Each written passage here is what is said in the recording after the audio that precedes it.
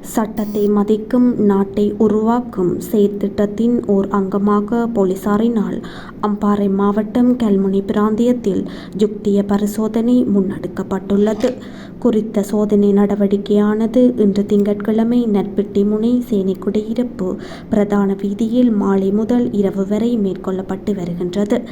இதன்போது நற்பிட்டிமுனை சேனைக்குடியிருப்பு பிரதான வீதியூடாக போக்குவரத்தில் ஈடுபடும் அரச மற்றும் தனியார் பேருந்துகள் சோதனை செய்யப்பட்டு வருகின்றன.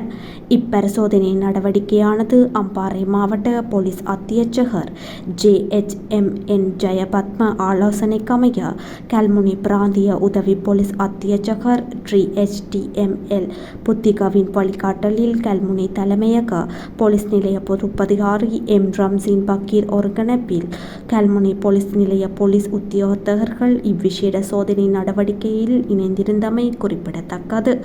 மேலும் நாடு முழுவதும் போலீசாரினால் மேற்கொள்ளப்பட்டு வரும் யுக்திய விசேட சுற்றி வளைப்பு நடவடிக்கையின் கீழ் பலர் கைது செய்யப்பட்டுள்ளதுடன் கைதானவர்களிடமிருந்து ஐஸ், ஹெரோயின், போதை மாத்திரைகள் உள்ளிட்டவைகள் மீட்கப்பட்டு வருகின்றன.